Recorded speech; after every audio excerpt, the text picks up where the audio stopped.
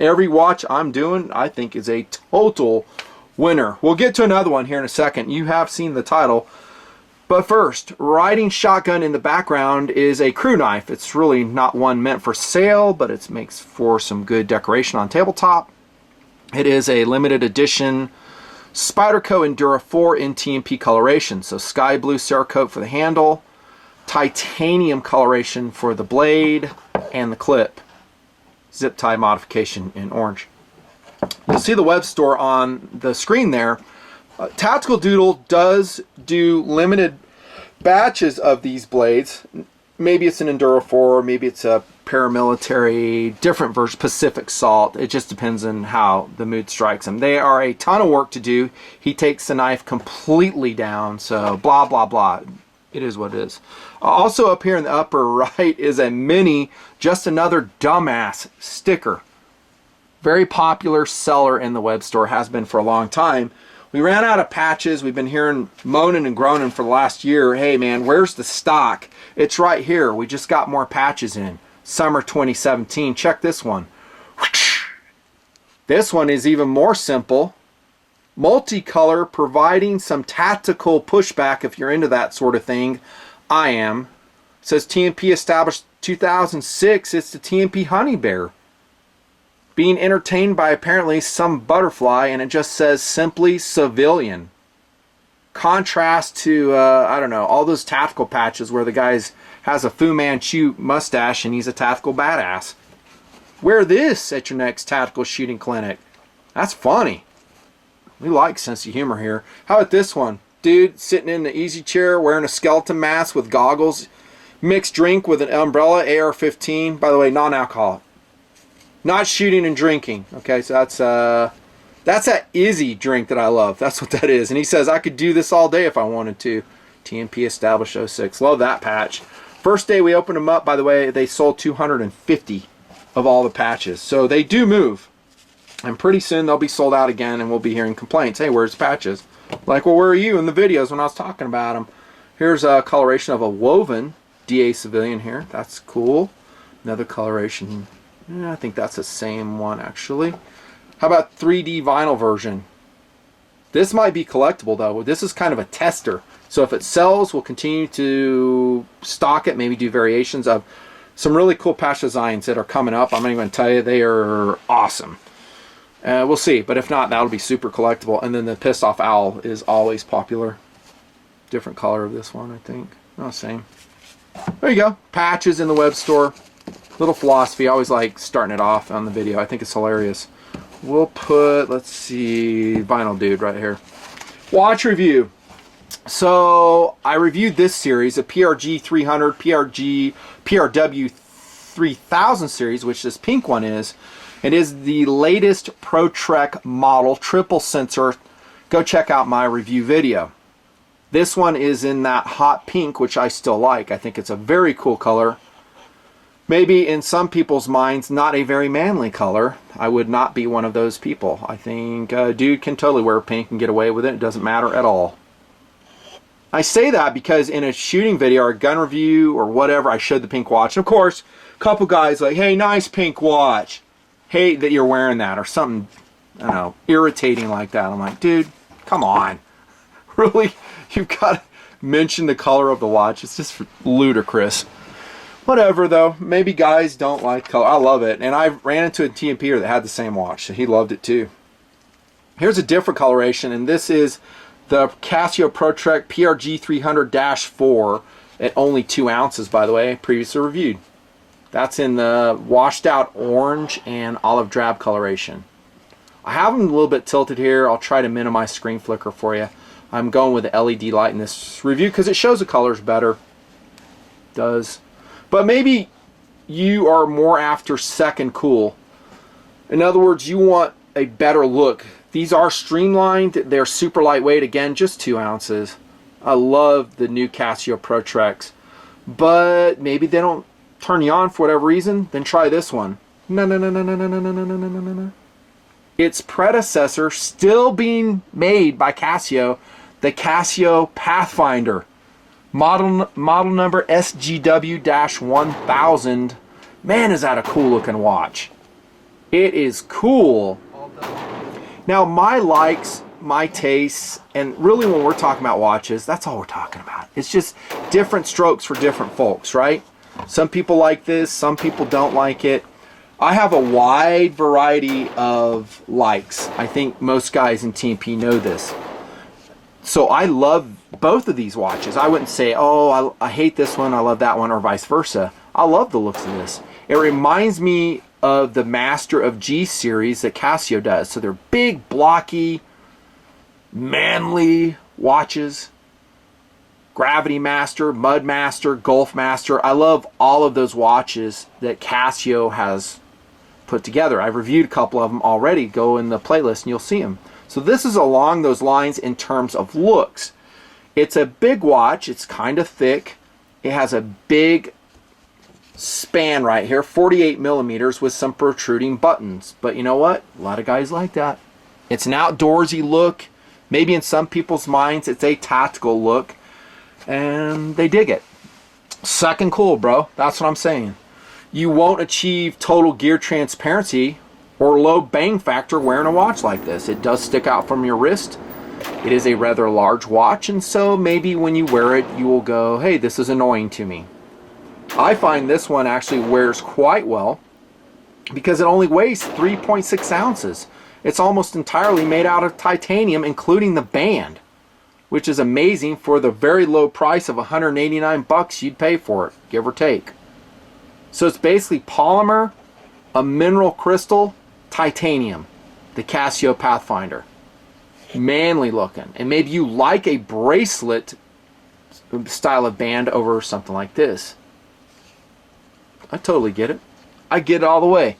Now, it is a previous module. So this is its successor, and this is a better module actually, because this one will sync with Fort Collins and do automatic time updating.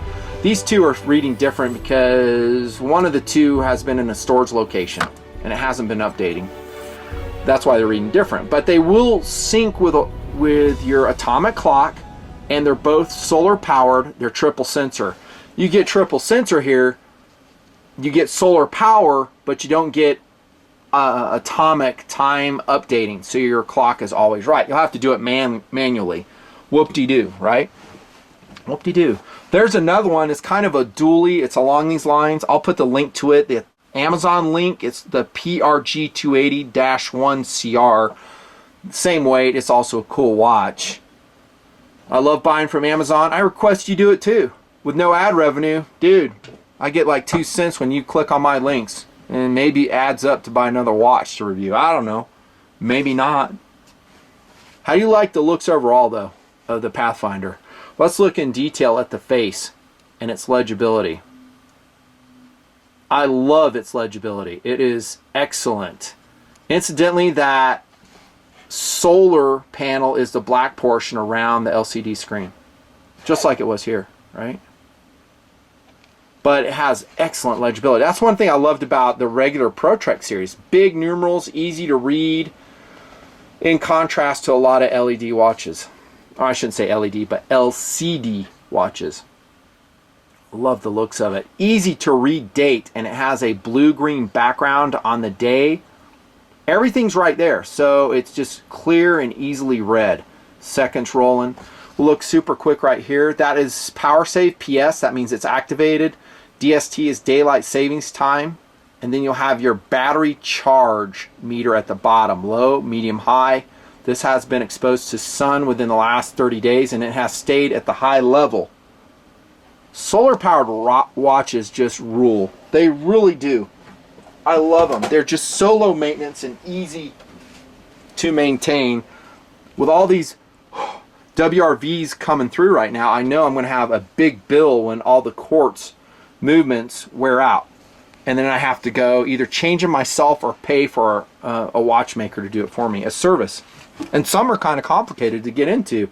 I've done it before and I didn't do it correctly, putting the watch case back, and I've lost waterproofness on, come to think of it, Casio models. With a solar watch, it's less of a factor. Much less of a factor.